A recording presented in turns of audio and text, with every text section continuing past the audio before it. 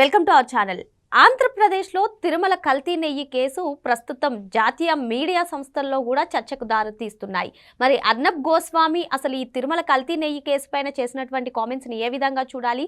Jaganmohan Reddy adulteration అయ్యింది అవునా కాదా, ఈ ఒక్క క్వశ్చన్కి ఆన్సర్ చెప్పు అంటూ ఆయన చేసినటువంటి కామెంట్స్ కానివ్వండి, హిందువుల మనోభావాలతో సెంటిమెంట్స్తో ఆడుకున్నావు అనేటువంటి కామెంట్స్ని కానివ్వండి, ఏ విధంగా చూడాలి తెలుసుకునే ప్రయత్నం చేద్దాం. దీన్ని విశ్లేషించడానికి మనతో పాటుగా ఉన్నారు ప్రముఖ ఆర్థిక, రాజకీయ, సామాజిక విశ్లేషకులు కొత్త రవీంద్రబాబు గారు. నమస్తే సార్. నమస్తే.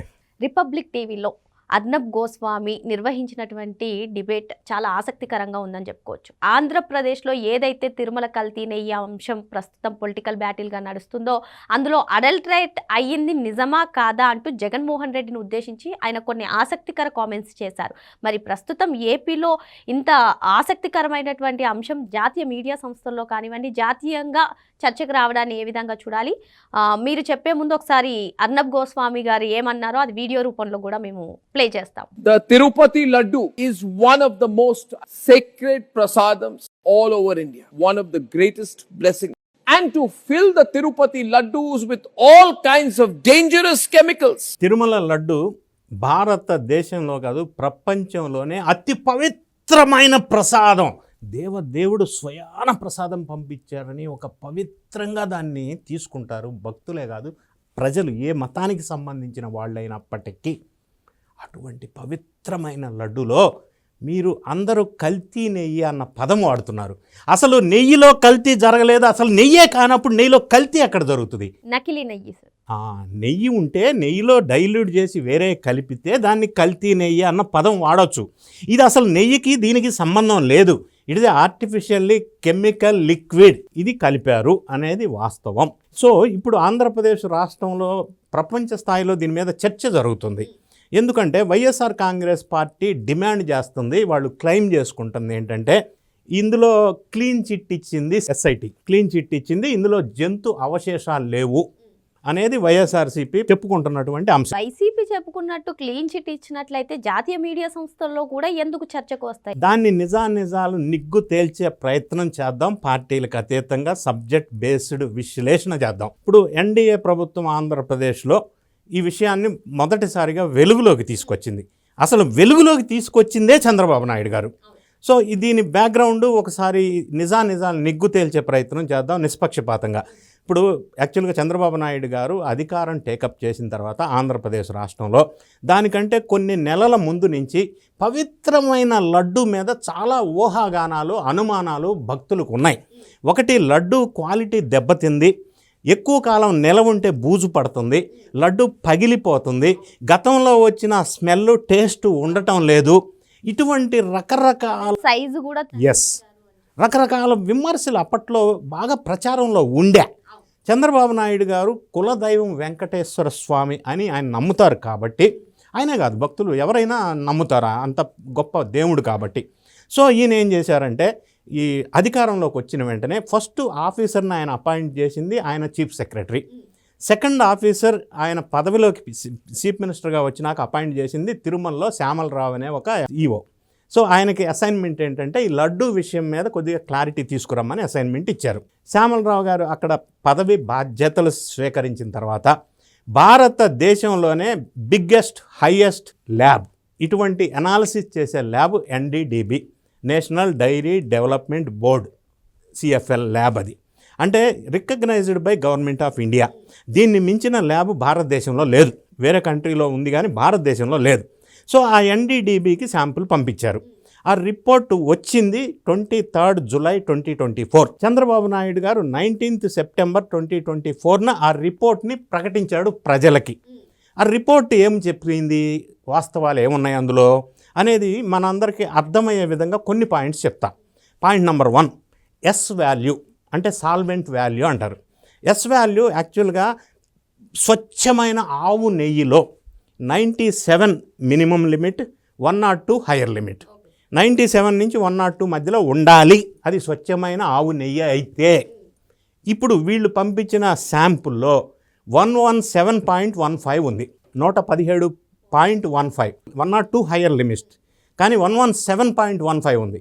High value of high S value ఎందుకు ఉంది అంటే జంతువుల అవశేషాలు ఉంటే ఈ వాల్యూ ఎక్కువ ఉంటుంది. అంటే గొడ్డు మాంసం కానీ, ఆవు కానీ, లేకపోతే ఫిష్ ఆయిల్ కానీ, పంది ఆయిల్ ఇవన్నీ ఉన్నప్పుడు ఎస్ వాల్యూ అబ్నార్మల్గా పెరిగిపోద్ది. Number 1. Number 2, second value there is parameter RM value అంటారు. ఈ ఆర్ఎం వాల్యూ కూడా భారీ ఎత్తున వ్యత్యాసం ఉంది. నంబర్ 3, పవిత్రమైన స్వచ్ఛమైన నెయ్యి నుంచి, అదే కొవ్వు ఫ్యాట్ ఆవు వెన్న నుంచి తయారు చేస్తే అందులో ఎక్కువ మ్యాక్సిమం ఉండాల్సింది బిట్రిక్ యాసిడ్. బట్టర్ నుంచి చేస్తారు, బిట్రిక్ యాసిడ్ ఉంటుంది అందులో, కెమికల్ నేమ్ అది. కానీ ఈ ఎన్డీడీబీకి పంపించిన శాంపుల్లో బిట్రిక్ యాసిడ్ అస్సలు లేదు, 0. బిట్రిక్ యాసిడ్ లేకుండా నెయ్యి ఉండదు అసలు. అంటే ఇట్లా రకరకాల పారామీటర్స్ బేస్ చేసుకొని వాళ్ళు కంక్లూడ్ చేసింది ఏంటంటే ఇట్లా సో అండ్ సో మాంసాలు అవి ఇవి కొవ్వుల నుంచి, జంతు అవశేషాల నుంచి తయారు చేసిన కెమికల్ లిక్విడ్ అని కన్ఫామ్ చేశారు. ఇక్కడ మీలాంటి వాళ్ళు ఒక క్వశ్చన్ అడగొచ్చు, నెయ్యిని ఈ జంతు అవశేషాల నుంచి తయారు చేసిన లిక్విడ్లో నుంచి తయారు చేయొచ్చు, ఇవి కాకుండా మన వెజిటబుల్ ఆయిల్ నుంచి కూడా తయారు చేయొచ్చు, ఇది రేట్ ఎక్కువ, ఇది రేట్ తక్కువ, కాబట్టి దీనికి పాల్పడ్డారు. ఇంకొక ఆశ్చర్యకరమైన అంశం ఏంటంటే ఇందులో లంసా అనే ఒక కెమికల్ వాడారు. అంటే linear alkyl benzene sulphonic acid, లంసా.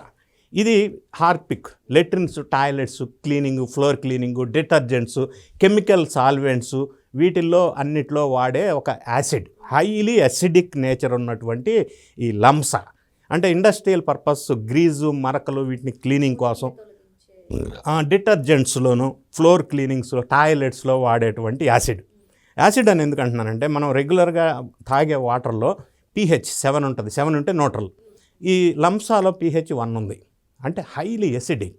సరే, దానివల్ల ఎవరు అది కన్జ్యూమ్ చేస్తే వాళ్ళకి అనారోగ్య సమస్యలు కూడా వస్తాయి, ఆటోమేటిక్గా వస్తాయి, ఎందుకంటే ఎసిడిక్ కాబట్టి. ఈ లంసా కూడా అందులో కలిపారు ఒకటి. రెండో అంశం ఏంటంటే ఈ నెయ్యిని palm kernel oil plus emulsifiers, lactic acid, acetic acid ester, beta carotene, glycerin, ఇటువంటి అన్ని కెమికల్స్ పెట్టి ఒక లిక్విడ్ని తయారు చేసి నెయ్యి ఫ్లేవర్ రావటం కోసం ఇవన్నీ కలిపేసి ఈ సాల్వెంట్స్, కెమికల్స్ వాడి ఒక లిక్విడ్ని తయారు చేసి వాడారు. 60 లక్షల కేజీలు దీన్ని కన్జ్యూమ్ చేశారు. 20 కోట్ల లడ్డులు పంపిణీ చేశారు. 250 కోట్లు లబ్ధి పొందారు అనేది ప్రధానంగా outline of the report. So ఇవి అంశాలు ఇలా ఉన్నప్పుడు, ఎన్డీడీబీ రిపోర్ట్ ఈ విధంగా స్పష్టంగా చెప్తున్నప్పుడు వైఎస్ఆర్ కాంగ్రెస్ పార్టీ ఎంత ధైర్యంగా అందులో జంతు అవశేషాలు లేవు అంటే, జంతు అవశేషాలు లేవు కానీ నెయ్యి కల్తీదే, అందులో జంతువులది లేదు కొవ్వు అనేది వీళ్ళ వాదన. కానీ దీనికి కాంట్రడిక్టరీగా అబ్బాయిని ఇరికిచ్చాడు. బాబాయ్ నిన్న రిపబ్లిక్ టీవీ వాళ్ళతో మాట్లాడుతూ కల్తీ జరిగింది అంటే నెయ్యిలో కెమికల్స్ ఉన్నాయి కానీ జంతువుల అవశేషాలు లేవు అంటాడు. కల్తీ అయితే ఉంది, కెమికల్స్ అయితే ఉన్నాయి. సో వాళ్ళు ఆ మాట అనటానికి కారణం ఏంటి? ఎన్డీఆర్ఐ కూడా ఈ రిపోర్ట్ పంపించారు, శాంపుల్, వాళ్ళ రిపోర్ట్ కూడా వచ్చింది. ఎన్డీఆర్ఐ అంటే నేషనల్ డైరీ రీసెర్చ్ ఇన్స్టిట్యూట్. ఇది గుజరాత్లో మెయిన్ కేంద్రం ల్యాబ్ ఉంది, బెంగళూరులో ఒక ల్యాబ్ ఉంది. ఈ ఎన్డీఆర్ఐ వాళ్ళు ఇచ్చిన రిపోర్ట్లో వాళ్ళు ఏం చెప్పారంటే ఈ శాంపుల్లో ఎల్ఓడి, లిమిట్ ఆఫ్ డిటెక్షన్, అంటే 10% కంటే జంతువుల అవశేషాలు తక్కువ ఉంటే వాళ్ళకున్న ఇన్స్ట్రుమెంట్స్, ఎక్విప్మెంట్స్, ల్యాబ్లో ఉన్నటువంటి ఫెసిలిటీస్ని బట్టి 10% కంటే తక్కువ ఉంటే డిటెక్ట్ చేయడం సాధ్యం కాదు వాళ్ళకి, ఎన్డీఆర్ఐ వాళ్ళకి. ఎందుకంటే ఎన్డీఆర్ఐ అనేది చిన్న సంస్థ, కంపేర్ టు ఎన్డీడీబీ, ఎన్డీఆర్ఐ చిన్న సంస్థ. అది ఇది ఈజ్ ఓన్లీ రీసెర్చ్ ఇన్స్టిట్యూట్, అంత పెద్ద వ్యవస్థ ఉండదు వాళ్ళ దగ్గర. సో వాళ్ళు ఏమి ఇచ్చారంటే రిపోర్ట్లో, జంతువుల అవశేషాలు డిటెక్ట్ చేయాలంటే 10% కంటే తక్కువ ఉంటే మేము డిటెక్ట్ చేయడం మా దగ్గర ఎక్విప్మెంట్ లేదు, లిమిట్స్ ఆఫ్ డిటెక్షన్ 10% పైన ఉంటే మాకు కనిపెడతాం, కాబట్టి మేము కనిపెట్టలేకపోతున్నాం అని ఇచ్చారు. లివ్ అని చెప్పలా. అది ఎట్లా లివ్ అని చెప్తారు? దాన్ని ఆ విధంగా అర్థమైందా వాళ్ళకే? రెండోది, ఒకవేళ ఈ 2 రిపోర్ట్లు పక్కన పెడితే ఇంకొక రిపోర్ట్ ఉంది. 2022లో వైవి సుబ్బారెడ్డి చైర్మన్గా ఉన్నప్పుడు సిఎఫ్టిఆర్ఐ ల్యాబ్కు పంపించారు, central food technical research institute. CFTRI lab వాళ్ళు 2022 మే 15న ఒక రిపోర్ట్ ఇచ్చారు. అందులో కూడా స్పష్టంగా ఎన్డీడీబీ వాళ్ళు చెప్పిన విధంగానే ఈ జంతువుల అవశేషాలు ఉన్నాయి, ఇది ఆర్టిఫిషియల్లీ క్రియేటెడ్ కెమికల్ లిక్విడ్, నెయ్యి కాదు అని తేల్చేశారు, తేటతెల్లం చేశారు. మరి ఆ సిఎఫ్టిఆర్ఐ రిపోర్ట్ 22లో వస్తే దాని మీద ఏం చర్యలు తీసుకున్నారు? దాన్ని మరి అంత దారుణమైన కల్తీ జరిగిందని రిపోర్ట్ ఇచ్చినప్పుడు 2022లో అధికారంలో ఉన్న సుబ్బారెడ్డి కానీ జగన్ రెడ్డి కానీ దాన్ని మరి తగిన చర్యలు తీసుకొని అరికట్టాలి కదా. దాన్ని ఎందుకు తొక్కిపెట్టారు? నంబర్ 1. నంబర్ 2, ఈ బోర్డు రెజల్యూషన్ నంబర్ 371, బోర్డు రెజల్యూషన్లో 371 అనేది ఒకటి తీసుకొని ప్రొక్యూర్మెంట్ కండిషన్స్, రూల్స్, రెగ్యులేషన్స్ ఎందుకు వైలేట్ చేశారు, ఎందుకు డీవియేట్ చేశారు, ఎందుకు చేంజ్ చేశారు, అంటే వీళ్ళకి అనుకూలంగా ఎందుకు మార్చారు? ఇంకొక అంశం, ఈ రెగ్యులేషన్స్ వచ్చినాయి కాబట్టి చెప్తున్నా. చంద్రబాబు నాయుడు గారు జగన్ రెడ్డి కంటే ముందు ముఖ్యమంత్రిగా ఉన్న టైంలో 6 months ఇంకా టైం ఉందనంగా ఈ ప్రొక్యూర్మెంట్ కండిషన్స్ బాగా స్ట్రెంథన్ చేయమని చెప్పి ఇన్స్ట్రక్షన్స్ ఇచ్చారు. ఆ ప్రకారంగా అది ఇంకా వాళ్ళు స్ట్రాంగ్గా ప్రొక్యూర్మెంట్ స్ట్రెంథన్ చేశారు, క్వాలిటీ ఉండాలని చెప్పి లడ్డూలో. తర్వాత అధికారంలోకి వచ్చిన జగన్ రెడ్డి గారు ఆ కండిషన్స్ని డైల్యూట్ చేస్తూ రెజల్యూషన్ నంబర్ 371లో ఎందుకు తగ్గించారు? ఎవరికి లబ్ధి పొందించటం కోసం తగ్గించారు. ఏం కల్తీ జరగలేదంటున్నారు కదా. మరి జరగకపోతే 250 కోట్లు టర్న్ ఓవర్ ఉండాలి ఒక కంపెనీకి అని కండిషన్ ఉంటే దాన్ని 150 కోట్లు సరిపోద్ది అని ఎందుకన్నారు? 3 సంవత్సరాలు డైరీ ఉండాలా, కార్యకలాపాలు నిర్వహించి ఉండాలి అనే కండిషన్ ఉంటే లేదు సంవత్సరం ఉంటే సరిపోద్ది. ఎందుకు అట్లా అన్నారు? ట్యాంకరు నెయ్యి సప్లై చేసే ట్యాంకర్లో 4 degrees నుంచి 8 degrees టెంపరేచర్ మెయింటైన్ చేసే ఫ్రీజర్స్ ఉండాలి. ఎందుకంటే నెయ్యి పెరిషబుల్ ఐటమ్. వీళ్ళు అది కూడా తీసేశారు. నార్మల్ ట్యాంకర్లో పంపించవచ్చు, తీసుకురావచ్చు. ప్రతి ట్యాంకర్కి NDDB లేదా NDRI టెస్టింగ్ రిపోర్ట్ ఉండాలి ప్రతి ట్యాంకర్కి. ఆ శాంపుల్స్ అన్నీ తీసేశారు. ఎందుకు తీసేశారు? ఇంకొకటి, ఈ తిరుమలకి 500 kilometers డిస్టెన్స్లో ఉన్న డైరీస్కి మాత్రమే తీసుకోవాలా? ఎందుకంటే ఎక్కువ డిస్టెన్స్ ఉంటే ఎక్కువ టైం పడుతుంది, నెయ్యి ఖరాబ్ అవుతుంది. మరి బోలే బాబా 2300 kilometers డిస్టెన్స్లో ఎందుకు ఇచ్చారు? ఇంకొక అంశం, ఇప్పుడు లేటెస్ట్గా వచ్చిన ఇంకొక అప్డేట్ ఏంటంటే NDRIలో అప్పట్లో పనిచేసిన సైంటిస్టులు 3 తిరుమలలో క్వాలిటీ డిపార్ట్మెంట్లో కన్సల్టెంట్స్గా పనిచేశారు. ఇప్పుడు వాళ్ళు 3 కూడా విజయభాస్కర్ రెడ్డి అండ్ ఇద్దరు ఎవరైతే ఉన్నారో ఇప్పుడు అప్రూవర్గా మారారు.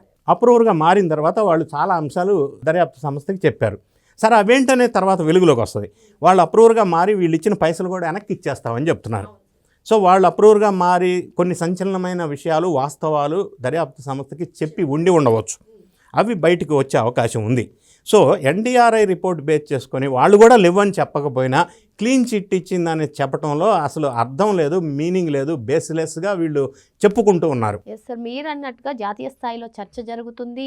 ఇప్పుడు ఎవరైతే సైంటిస్టులు ల్యాబ్లో పనిచేశారో వీళ్ళందరూ కూడా అప్రూవర్గా మారుతాం, డబ్బులు ఇచ్చేస్తామంటున్నారు. వైవి సుబ్బారెడ్డి కూడా కల్తీ జరిగింది వాస్తవమే, జంతువులు కొవ్వు లేదంటున్నారు. సజ్జలు అయితే కల్తీ జరిగింది సహజమే అంటున్నారు. ఇంతమంది ఇన్ని కామెంట్స్ చెప్తున్నా జగన్మోహన్ రెడ్డి ఎక్కడికి వెళ్ళినా సరే కల్తీ జరగలేదు అంటున్నారు. అంటే వాళ్ళలో వాళ్ళకి పొంతనే ఉండట్లేదు సమాధానం చెప్పేది. ఇదంతా కూడా ఎలా చూడాలి? అంటే నేనేమంటానంటే ఇన్ని అనుమానాస్పదమైన అంశాలు చోటు చేసుకోవడంతో పాటుగా అప్పట్లో వైవి సుబ్బారెడ్డి పిఏగా ఉన్నటువంటి చిన్నప్పన్న దగ్గర 4.69 crores అకౌంట్లోకి వస్తాయా? నంబర్ 1. నంబర్ 2, విజయనగరం, శ్రీకాకుళం జిల్లాలో 13 ప్లాట్లు కొనుక్కునే స్థాయి ఆయనకు ఉందా? వైజాగ్లో 24 అపార్ట్మెంట్స్ కొనుక్కునే స్థాయి ఆయనకు ఉందా? మరి ఈయననే ఢిల్లీలో జీవో నంబర్ 2234 ఒక జీవో రిలీజ్ చేసి జగన్ రెడ్డి గారు special liaisoning officer for AP Bhavan appointment ఇచ్చారు. ఆయన క్వాలిఫికేషన్ ఏంటి, ఆయన క్యాపబిలిటీ ఏంది, ఎందుకు ఇచ్చారు? సో ఆయన లైసెనింగ్ చేసి కేజీకి 25 రూపాయలు కమిషన్ తీసుకున్నారని తేట తెల్లమైంది. ఇప్పుడు చిన్న అప్పన్న పట్టుకుంటే సరిపోదు. అసలు పెద్ద అప్పన్న ఎవరు? బోలే బాబాకి ఆర్డర్ ఇచ్చిన ఆలీబాబాలు ఎవరు? వాళ్ళ వెనకున్న 40 మంది దొంగలు ఎవరు? ఇవన్నీ పూర్తి స్థాయిలో వెలుగులోకి తీసుకురావాల్సిన బాధ్యత కూటమి ప్రభుత్వం మీద ఉంది. ఇటువంటి వాద ప్రతివాదనలతో సరిపెట్టకుండా ఇప్పుడు దాంట్లో ఒక అడుగు ముందుకేసే విధంగా కూటమి ప్రభుత్వం వాళ్ళు 1-man కమిటీని వేశారు. సో దాంట్లో ప్రధానమైన కీ పాయింట్ ఏంటంటే ఈ సిట్ వాళ్ళు 11 పేజీల రిపోర్టు, రికమెండేషన్స్ గవర్నమెంట్కి సబ్మిట్ చేశారు. ఇందులో కొన్ని పేర్లు, కొన్ని రికమెండేషన్స్, కొన్ని చేంజెస్ అవన్నీ చెప్పారు. దాని ప్రకారంగానే సింఘాల్ని ట్రాన్స్ఫర్ చేశారు, అది వేరే విషయం. సో సిట్ వాళ్ళు కోర్టుకు సబ్మిట్ చేసిన ఛార్జ్ షీట్ ఉంది. సో అది కోర్టు వాళ్ళు ఇంకా కాంగ్నిజెన్స్లోకి తీసుకోవాలి. కాంగ్నిజెన్స్లోకి తీసుకోవడం అంటే కోర్టు వాళ్ళు ఆ రిపోర్ట్ని స్టడీ చేసి రిపోర్టు మేము ఆశించిన, ఎక్స్పెక్ట్ చేసిన విధంగా ఉంది, right, we will accept it, దీని నంబర్ ఇది అని ఇస్తారు. అప్పుడు ఆ రిపోర్ట్ కోర్టు యాక్సెప్ట్ చేసినట్టు, కాంగ్నిజెన్స్లోకి తీసుకున్నట్టు.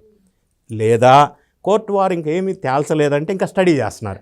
స్టడీ చేసి కోర్టు వారు కూడా ఇప్పుడు నాకు వచ్చిన అనుమానమే మీకు వచ్చిన అనుమానమే, అసలు ప్రధాన వీళ్ళంతా పాత్రలు పోషించారు, సూత్రధారి ఉంటారు కదా, వాళ్ళు ఎవరు, అల్టిమేట్ అథారిటీ సైన్ చేసింది చైర్మన్ కదా, సో వాళ్ళందరి పేర్లు అందులో ఉన్నాయా లేవా, వాళ్ళ ఆ దిశగా ఇన్వెస్టిగేషన్ జరిగిందా లేదా, పూర్తి స్థాయిలో నాకు ఇంకా ఈ పాయింట్స్ కావాలి అని కోర్టు వారు దీన్ని క్లారిఫికేషన్స్ అడగొచ్చు, క్వరీస్ అడగొచ్చు, మాడిఫికేషన్ చేయమని అడగొచ్చు, ఇంకా ఇన్వెస్టిగేషన్ చేయమని చెప్పచ్చు, అడగొచ్చు.